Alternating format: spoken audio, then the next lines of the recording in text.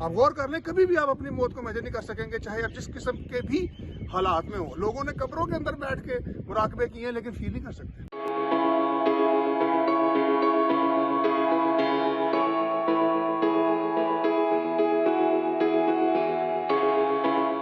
قاری صاحب، پرسوں میری سالگرہ تھی 50ویں، اینڈ آئی مسٹ سے کہ growing old is a privilege denied to many.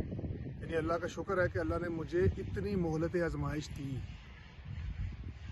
اور اس سے بھی آگے یہ ہے کہ اللہ تعالیٰ نے مجھے رجوع کرنے کی بھی مہلت دی.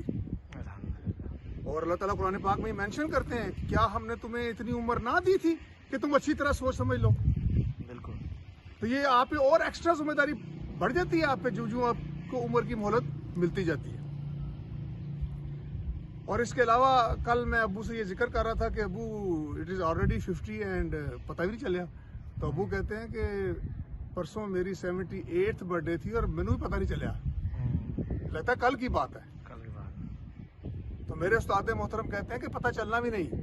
پرویز ہاشمی صاحب وہ کہتے ہیں کہ ایجنگ تو باڈی کی ہوتی ہے. وہ جو سوار اندر بیٹھا وہ اپنی کنٹینیوٹی میں بریک کو امیجن نہیں کر سکتا، نہ ہی بڑھاپے کو، نہ ہی اپنی موت کو.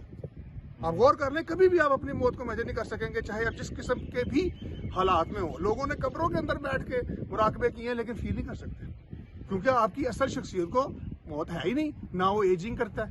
بالکل ایسی بات. وہ تو چلتا جا رہا ہے، ہمیشہ کے لیے اللہ تعالیٰ نے بنا دیا ہے، اس لیے وہ منتقل ہوتا ہے. ایسے ہی ہے. ٹھیک ہے جی. تو اس لیے کہتے ہیں نا کہ richness is a state of mind، تو being young is also a state of mind.